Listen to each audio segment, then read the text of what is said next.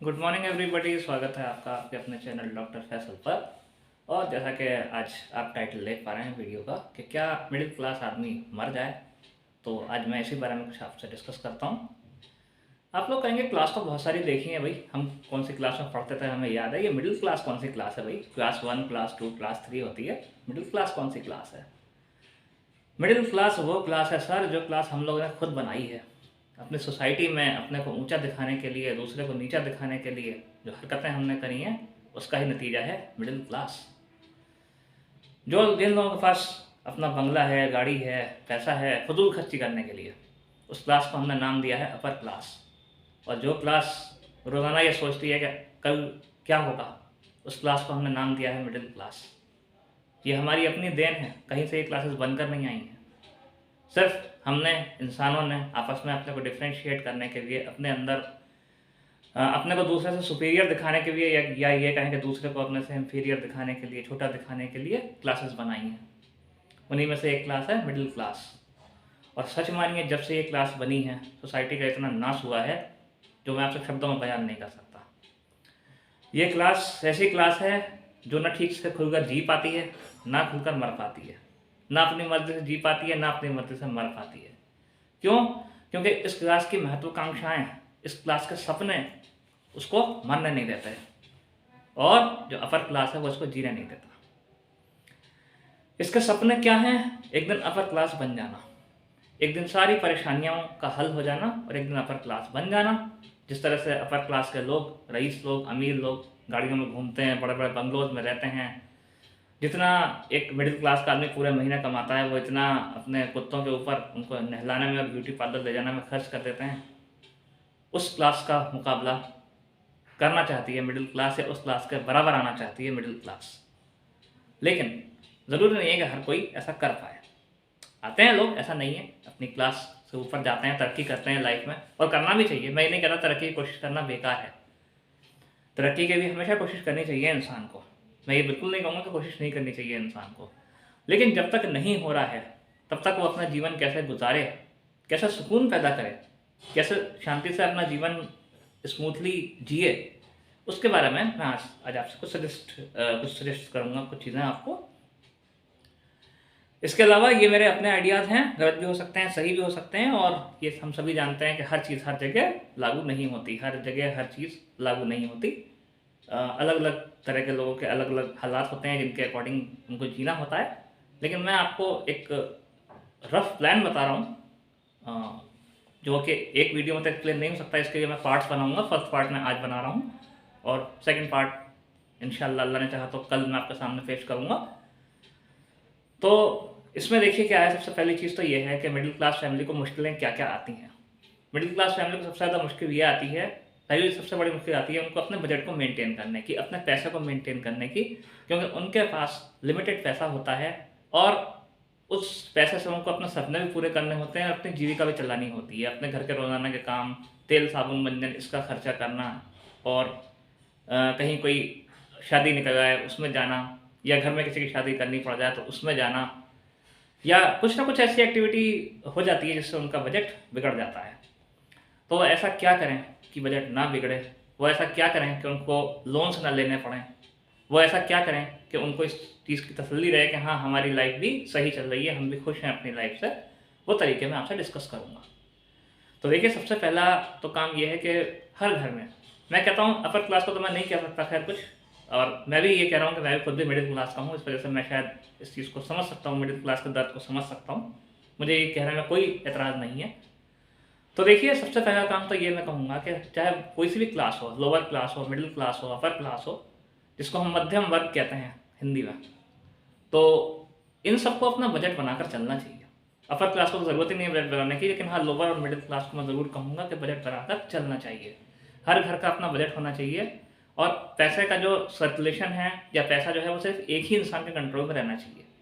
मान लीजिए कि आपके साथ आप मतलब फादर और बेटा दोनों कमा रहे हैं, तो ऐसा नहीं होना चाहिए कि सारा पैसा फादर के पास रहे, या ऐसा नहीं होना चाहिए कि सारा पैसा मतलब पैसे को बांटना नहीं है, पैसे को एक के हाथ में रखना है, या तो फादर के हाथ में, या बेटे के हाथ में, या बेटी के हाथ में, जो भी है। उससे क्या होता है, पैसे का जो डिस्ट्रीब्यूशन होता है वो स्मूथ होता है। अगर आप पैसे को बांट दोगे मान लो कि आपकी इनकम 20,000 रुपये महीना है, आपके फादर ने 10,000 रुपये ले लिए, आपको 10,000 रुपये दे दिए। तो इससे क्या होगा, 10,000 में वो ना तो वो कंप्लीटली अपनी चीज़ों को कर पाएंगे, ना आप कंप्लीटली कर पाओगे। मतलब मैं एक एग्जाम्पल लेकर चल रहा हूँ। लेकिन अगर 20,000 होंगे एक जगह इकट्ठा, तो उससे कोई भी एक बड़ा काम आप कर सकते हो, या उससे कोई भी आप बड़ी ज़रूरत पूरी कर सकते हो। दूसरा पॉइंट ये है कि मिडिल क्लास को सेविंग ज़रूर करनी चाहिए आने वाले वक्त के लिए, ताकि आने वाले वक्त में लोन लेने से बच सकें। क्योंकि अगर मिडिल क्लास का पर्सन लोन ले ले, तो समझ लो उसने ज़िंदगी भर को श्राप ले लिया अपने ऊपर। उस लोन को चुकाने में उसकी ज़िंदगी गुजर जाएगी। जो उसके छोटे मोटे सपने हैं वो भी कहीं ना कहीं दब के रह जाएंगे। और ऐसे में कहीं कोई शादी निकल आए, कोई ओकेजन निकल आए, घर में किसी की शादी करनी पड़ जाए, या कोई पार्टी हो जाए घर में बड़ी, या कपड़े बनाने पड़ जाएं, या बीमारी आ जाए। चलो शादी में तो फिर भी इंसान की मर्जी चल सकती है, बीमारी पर तो किसी का जोर चलता ही नहीं है। बीमारी आ जाए तो फिर क्या होता है, डॉक्टर के पास भागना पड़ता है, बड़े बड़े हॉस्पिटल्स में जाना पड़ता है, अस्पताल के बिल, लोन, उसके लिए कर्ज, भगाना ढमकाना, ये सारी चीज़ें शुरू हो जाती हैं। अब बजट कैसे बनाएं?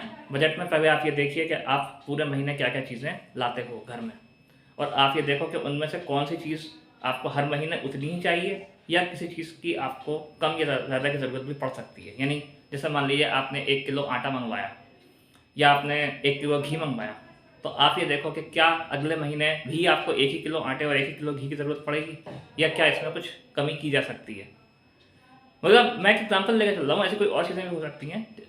इसके अलावा अगर आप चाहो तो थोक में सामान ला सकते हो, वो सामान आपको सस्ता भी पड़ेगा और कुछ आपकी सेविंग भी होगी। जो थोक की दुकानें होती हैं, आप बजाय रिटेल शॉप से सामान लेने के थोक में सामान लो। और बल्कि मैं कहता हूँ कि छोटा मोटा सामान तो ऑनलाइन भी अच्छा मिल जाता है, ऑनलाइन भी अच्छे रेट पे मिल जाता है, क्योंकि वो बीच की जो कड़ियाँ हैं रिटेलर वाली और डीलर वाली, वो सब कट जाती हैं बीच में से, तो वहाँ भी काफ़ी बजट हमारा काफ़ी सही बन जाता है। इसके साथ साथ एक काम हमें और भी करना होता है कि ये प्लान करना कि हमारी इतनी इनकम है, तो इसमें से हमें इतना तो सेव करना ही करना है फ्यूचर के लिए, चाहे कैसे भी सेव करना है। चाहे आप 50 रुपये या 100 रुपये ही आप रोज़ सेव करो, पर सेव करो, ताकि इन फ्यूचर कभी भी आपको किसी से लोन लेना ना पड़ जाए। क्योंकि मिडिल क्लास एक तो पहले ही अपने पैसे की तंगी से, बजट की वजह से पस्त रहती है, यानी कि लो फील करती है। ऊपर से अगर उसको डेबिट हो जाए, कर्ज हो जाए, तो समझ लो फिर तो उसका बिल्कुल सत्यानाश मिट जाता है। इस बारे में आगे भी बहुत सारी चर्चा हैं, बहुत सारे आइडियाज़ आपको बताऊंगा, जिससे आप ना सिर्फ आप मतलब अपनी ज़िंदगी आराम से जी सकते हैं, बल्कि आप अपनी लाइफ को इम्प्रूव भी कर सकते हैं। जो क्वालिटी ऑफ लाइफ है ना, उसको इम्प्रूव कर सकते हैं। क्योंकि होता क्या है कि मिडिल क्लास की फैमिली है, उसमें अगर बच्चे कहते हैं हमें पिकनिक पे जाना है, तो वो हस्बैंड वाइफ 10 बार सोचते हैं कि कौन सी ज़रूरतों को कम करके बच्चों को पिकनिक पर ले जाना है, या हमें क्या ऐसा नहीं करना है जिससे पैसा बच जाए, जिससे हमें बच्चों को हम पिकनिक पे ले जा सकें। यहाँ तक कि सर्दी और गर्मी के मौसम में वो हीटर या एसी तक नहीं चला पाते। एसी तो पहली बात अफोर्ड ही नहीं कर पाते। अभी भी बहुत से लोग ऐसे हैं जिनके एसी नहीं है, लेकिन वो हीटर भी नहीं चला पाते सर्दियों में, क्योंकि बिजली का बिल ज़्यादा आएगा। इस वजह से बहुत सारी स्टेट्स में ऐसा है। मैं दिल्ली की बात नहीं कर रहा हूँ, दिल्ली में तो खैर मतलब मैं तो कहता हूँ गरीब अगर किसी को होना है ना, तो वो दिल्ली में जाके गरीब हो। गरीबों को इतना बेनिफिट है दिल्ली में। दिल्ली का गरीब जो है ना, वो इस टाइम सबसे ज़्यादा मतलब बेनिफिट पर है। खैर वो चर्चा बाद में करूँगा। तो क्या है कि मिडिल क्लास का आदमी सोचता है चलो कुछ पैसे बच जाएँ, बिजली का बिल बच जाए, तो मैं अपने बच्चों के लिए कुछ गिफ्ट वगैरह उनके लिए कुछ ला कर दे दूँगा। या फैमिली में किसी की शादी निकल गया है, तो फिर वो सोचता है कि भाई अरे शादी में जाने के लिए ये खर्चा करना पड़ेगा, चलो ये काम नहीं करते, इसकी जगह हम ये चीज़ बंद करके ये काम करे लेते हैं।